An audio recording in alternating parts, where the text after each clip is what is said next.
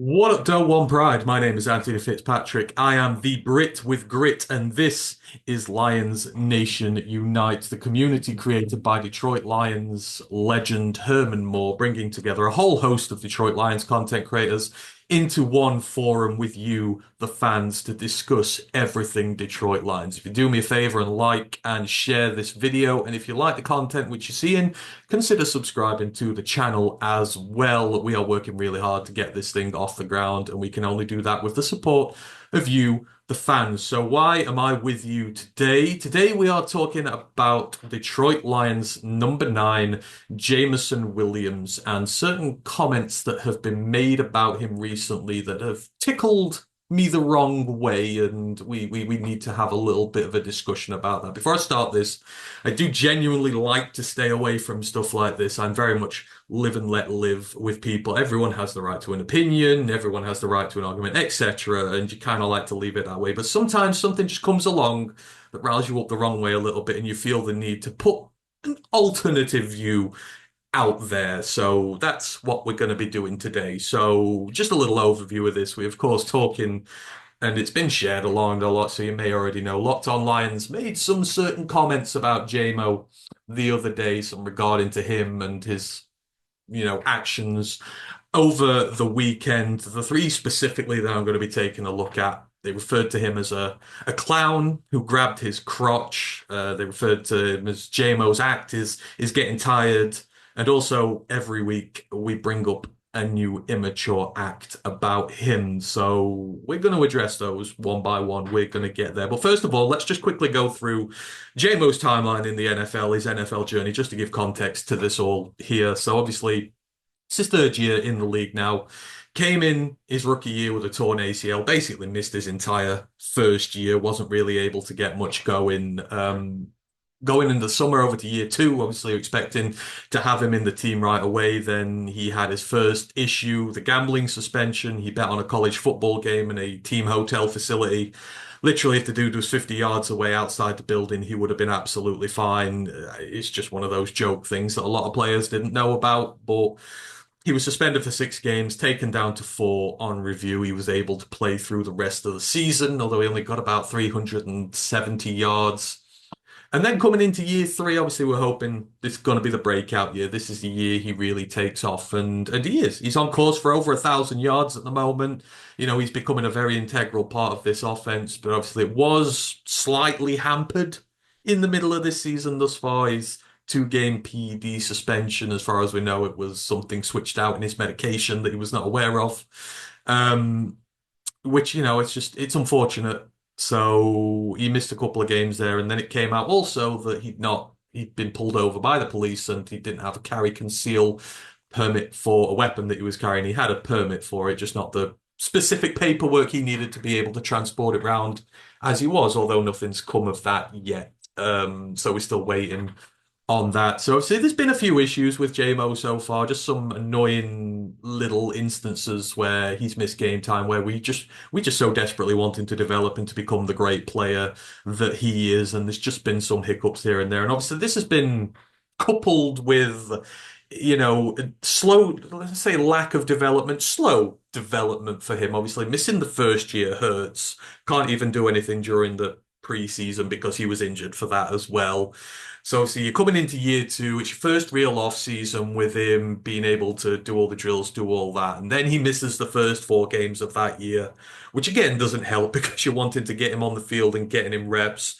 And then he had the rest of the season, but he did have issues with timing. Him and Goff struggled to get their timings right. He had some drop issues with his hands, which is not an uncommon problem for speedsters, but necessarily it's just very frustrating for him. And it's taken time, but even Amon Ra took time to get good with Goff. He took over half a season before they really started connecting with one another. And it's been a long, slow road of JMO earning Goff's trust and them being able to get on the same page together. But certainly this season, you're starting to see a lot more of that now. But it's been a tough road, mixed in with some issues. That's why JMO is a hot button topic at the best of times, and there is a lot going on there. So I just wanted to give the context to that. Right, we're going to dive down into these comments now about what has been made. So The first one, when they referred to him as a clown who's grabbed his crotch. So this is all about JMO's celebration at the weekend. So again, for those who don't know, JMO this year has been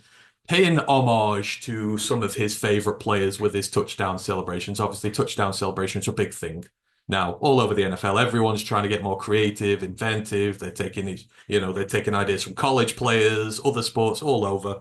And JMO this year, it's not the first time. So obviously this week he did the Beast Quake from Marshawn Lynch, where you dive backwards into the end zone, ball in your hand on your crotch. Yeah, it's the infamous celebration from him. He did Calvin's dunk over the posts, which he got fined for. But this is a guy who is enjoying the game. He is paying homage to some of his favorite players here. And to minimalize it down to something, first of all, you're calling him a clown. There's no need to insult players. If you're trying to make a legitimate argument about players, don't resort to petty insults. Make your argument facile, straight out the gate. So there's no need to do that. Justification behind calling him a clown and such a strong sense of feeling as well is, well, what if he hurts himself? He might get a concussion. He might seriously injure himself. Is it's trying to push this narrative that he's an emotionally immature player who is reckless and doesn't know what he's doing. And when you're turning like he's paying homage to his favorite players with his touchdown celebrations. That is the story here. It is JMO paying homage to previous players. That is it. He is doing touchdown celebrations. That is fine. Literally in the same game, Amon-Ra St. Brown does a Hadouken celebration where he gets thrown backwards, lands awkwardly on his arm and his back. Not a word said about that. Not a word said about whether he's going to hurt himself or anything. No, it's JMO. His problem there. And the fact that you're using such strong terminology, he might get a concussion, he might seriously injure himself when he's just jumping onto his back. These guys are built strong. When you start embellishing a point like this, trying to make it so serious, when really this is just such a harmless thing about him, for me, that shows intent about an agenda, trying to prove the point about his immaturity. There is nothing immature about this at all. It's just JMO paying homage to players that he loves, and I've got no issue with that whatsoever. So you shouldn't be insulting him in the first place. Just say, JMO, take it easy, mate. We want you healthy. You're a big part of this team. Just be careful what you're doing. There's no need to be rude about it. So first of all, you shouldn't be doing that.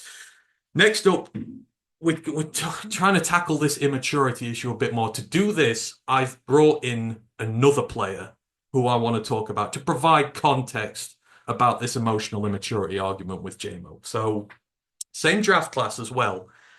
Step forward, George Pickens of the Pittsburgh Steelers, who we also know has had his own issues in his 3 years in the league so far. Now, I just want to go through, before I say this, I love George Pickens. I think he's a great player.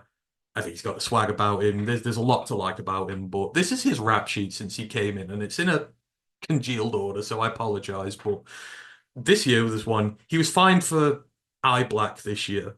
He had messages on his eye black underneath saying, always expletive open. I don't know if I can swear. I don't want to get Herman in trouble, but basically it was a protest about how he was always open and his quarterback was not throwing to him.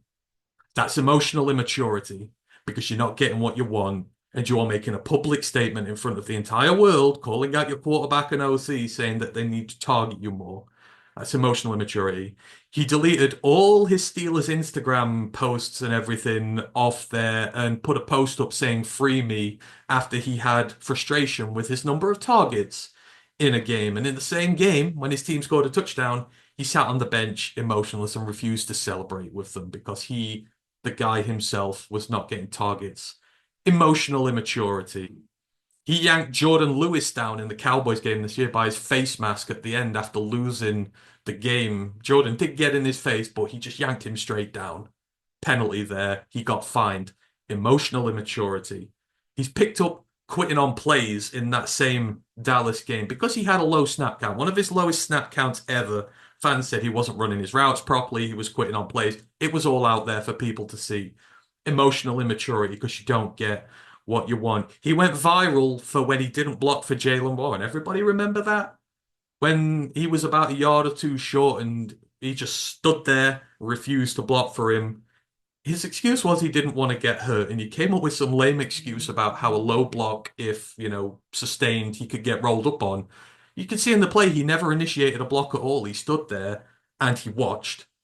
So he didn't support his teammate, and he made up a rubbish excuse about it afterwards. Emotional immaturity because he's not getting what he wants. That is an example of an emotionally immature receiver who sometimes doesn't be a team player when he doesn't get what he wants. Let's look at Jameson Williams.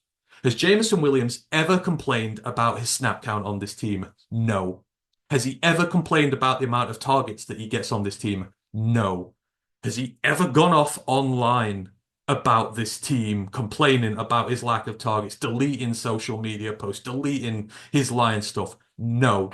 Has he ever taken a play off in a game ever? No. Has he ever quit on a block for one of his teammates? No. Actually, he's usually the first there doing it. Has he ever let his emotion on the field lead to fighting on the field or unnecessary stuff like that? No. Not one thing that George Pickens has done, which is an emotionally immature act, does JMO do on the field. On the other hand, JMO is a consummate professional who puts the team first, who puts his needs second, and does what is asked of him. He is the first to dive in the trenches and block for his team. He is the first to be there celebrating with his teammates and getting involved, even when it's not him making the play. He's becoming a threat on all three levels for this team this year. He's not just some deep ball merchant that we tried to make him anymore. On crucial third downs, on big plays, every level of the field, he is becoming a target. Those catching issues have gone. His game is developing, and the more he's playing, the better he's getting. And on a personal level, he's had mistakes. He has made mistakes in the league here. Has he ever blamed anyone else for any of his mistakes? No. He fronts up, he is accountable, and he never blames anybody else. And he puts it on him. And you're seeing that in his development going forward. So you're trying to push this narrative of an emotionally immature receiver who is acting like a kid and doesn't know what he's doing. It's just a flat out lie. He cares about this community, the Detroit community. The community cares about him. Literally, we saw this weekend, as soon as the game was finished, him and Kirby out there, distributing Thanksgiving turkeys to people less fortunate than him. He's done it every year. He's got his foundation. You see JMO more than anybody out in the community, engaging with fans, engaging with young people, bringing the spirit of what this team is. And that is not the sign of someone who is immature and not beyond their years. This is who he is as a player. It's the same with George Pickens. George Pickens has 2,600 receiving yards in the league. Mike Tomlin, by hook or by crook, he knew what he was drafting and he's worked with him and he's found a way to make it work. The same with Jameson Williams. Jameson Williams, Dan Campbell knew who he was drafting. A guy who is tough, a guy who is selfless, a guy who has some flaws but that can be worked on, and a guy who ultimately is going to be the exact player that he wants him to be. And who are we to question guys like this? They know what they're doing. And JMO is getting there. And that leads to like the last little bit of this here. Every week we bring up a new immature act about him. This embellishment again that every single week JMO is doing something which doesn't endear him, which makes him look bad.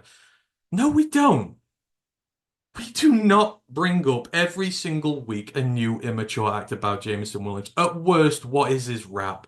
He should have known to be outside a building when placing a college football bet, and he should have checked his prescription a little bit better going forward. Those are the crimes Jameson Williams has committed.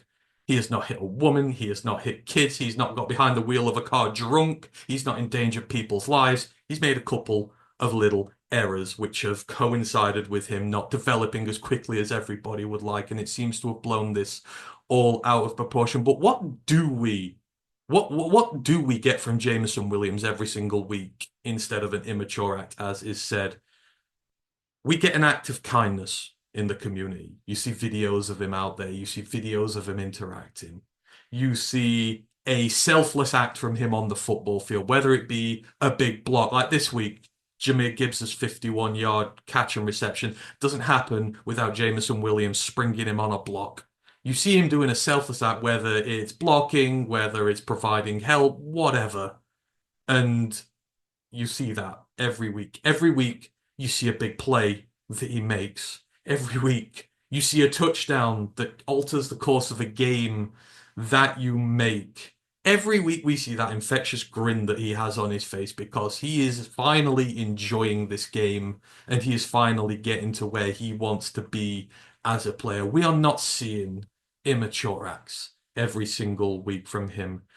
Every week, we see Jameson Williams get a little bit closer to becoming the superstar that we know he can be. The route hasn't been easy. He's not been perfect, but he's our guy, and we back him to the end. And this ridiculous notion that he is still just, he is not a Dan Campbell player, he is not mature enough to handle this situation, that he's just a bad egg in this locker room.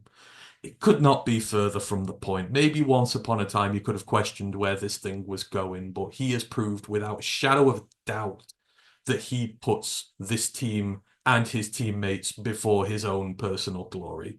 And that is not an immature, emotionally defunct wide receiver. All I will say to you, JMO, is carry on being you. Don't ever change. Learn from the little setbacks. But you keep doing what you're doing. You keep doing it with that swag. You have that swagger about you. You cannot have 53 Amon-Ra St. Browns on a team. You've got to have some guys who've got a bit of ego. You've got to have some guys who have a bit of swag, who believe that they're better than everybody else because they can be better than everybody else and back it up. And JMO is one of those guys. So that's everything I have to say on this. And, again, if you have the opposite opinion, I can understand and I agree. But just in terms of what was said here, I think it was wrong. And I just wanted to be one who defended JMO for a change because he seems to get a lot of negative press. So there we go. Let me know what you think. I know the whole Jameson Williams thing has become a little bit tiring at this point now, but the guy's getting there. But I want to know what you think. Put in the comments below, and I will happily have a conversation. If you disagree with me, tell me I'm completely wrong, and we will have a conversation about it. I enjoy it. So yeah, let me know what you think. As always, your views are very important to us. And yeah, we will see you for the next one. Just remains for me to once again plug Lions Nation Unite. If you like the video that you've seen today, or at least interested by it, then consider clicking the subscribe button. If not, share it around. It does mean a lot to us and the channel. And if you want to see me, the Brit with Grit, a little bit more, you can find me at Roar of the Lions UK. We are a Detroit Lions podcast from across the pond. We're very passionate about the Lions. We love talking ball, so we would love to see you on one of our streams and get engaging with you. So you can find me there. So thank you ever so much. Hope you all have a great day, and we shall see you again soon for the next one. Bye bye.